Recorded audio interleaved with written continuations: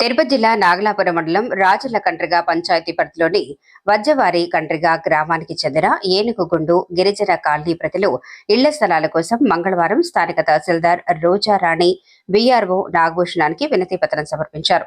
ఈ సందర్భంగా టీడీపీ మాజీ మండల అధ్యక్షుడు శ్రీనివాస్ యాదవ్, కార్యదర్శి పార్థబాన్, శ్రీపల్లి కొండేశ్వర స్వామి దేవస్థానం పాలక మండలి సభ్యుడు నెల్సన్ మండేలా, వజ్జవారి కండ్రిగ పార్టీ అధ్యక్షుడు ప్రభాకర్ రాజు, నాయకులు షణ్ముగం, మాతయ్య తదితరులు పాల్గొన్నారు.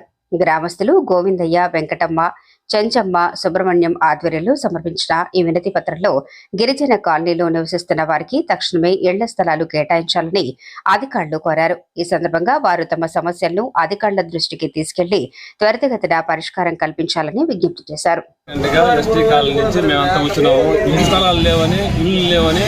ఇక్కడికి వచ్చినాము, మేడంకి అర్జీలు ఇచ్చినాము. పోతే మాకు ముందు కూడా మాకైతే చేస్తారనేసి అనుకున్నాము, అప్పుడు చేయలేదు.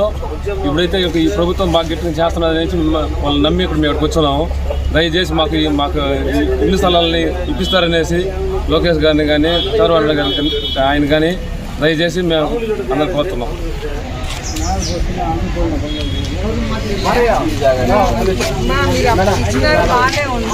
ఏమంటే మీరు ఫస్ట్ సచివాలయంలో పోయి అప్లై చేయండి. హౌసింగ్ పరాల కింద మీరు సచివాలయంలో అప్లై చేసుకుంటే ఎలిజిబిలిటీ బట్టి మనం హౌస్ రైట్స్ ఇవ్వగలుగుతాం. అంటే మన మాన్యువల్గా ఇచ్చే ఆప్షన్ లేదు. మీరు సచివాలయం వెళ్ళి ఫస్ట్ అప్లై చేయండి. అందరూ ఎవరెవరికి ఇల్లు పట్టాలు లేదు, ఇల్లు లేని వాళ్ళంతా ప్రతి ఒక్కరు సచివాలయంలో వెళ్ళి హౌసింగ్ పరాల కింద మీరు అప్లై చేసుకోండి. సచివాలయం సిబ్బందిని సచివాలయం సిబ్బంది తనిఖీ చేస్తారు.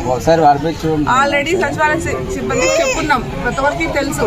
మీరు అది ఎవరెవరు లేని వాళ్ళు ఎవరైనా కానీ హౌసింగ్ పరాల కింద సచివాలయంలో అప్లై చేసుకుంటే ఎలిజిబిలిటీ బట్టి మీకు ఖచ్చితంగా చేస్తారు.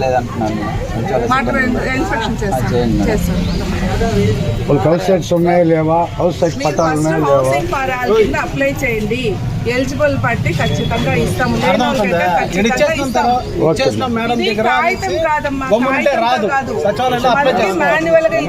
లేనందువల్ల వచ్చిన వాళ్ళకి 2 ఫ్లాట్లు మాకు ఇల్లు లేదు అని చెప్పి మాకు వస్తుంది. మళ్ళీ మేము కలెక్టర్ గారికి పంపిస్తాం, అప్రూవల్ వస్తుంది.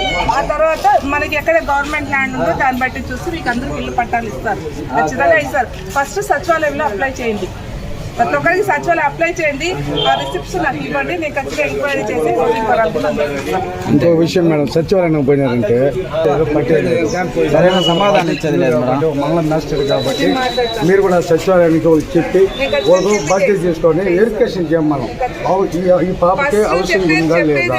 వాళ్ళు వెరిఫికేషన్ చేయరు. వీళ్ళు పోయి మాకు ఇల్లు పట్టే మాకు ఇస్తాం లేదు, సచివాలయంపై అప్లై చేస్తారు. ఇప్పుడు మీరు caste certificate, income certificate apply చేస్తారు, ఆ విధంగా హౌసింగ్ పరాల కింద అప్లై చేస్తారు. పోయి ఎత్తుకు మర్జీలు ఇచ్చినా కూడా రెస్పాండ్ లేకుండా మళ్ళీ నాకు ఫోన్ చేయండి, నేను మాట్లాడతాను.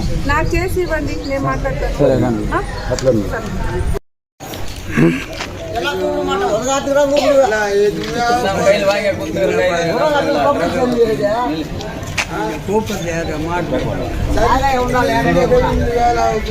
ఆమయ్యా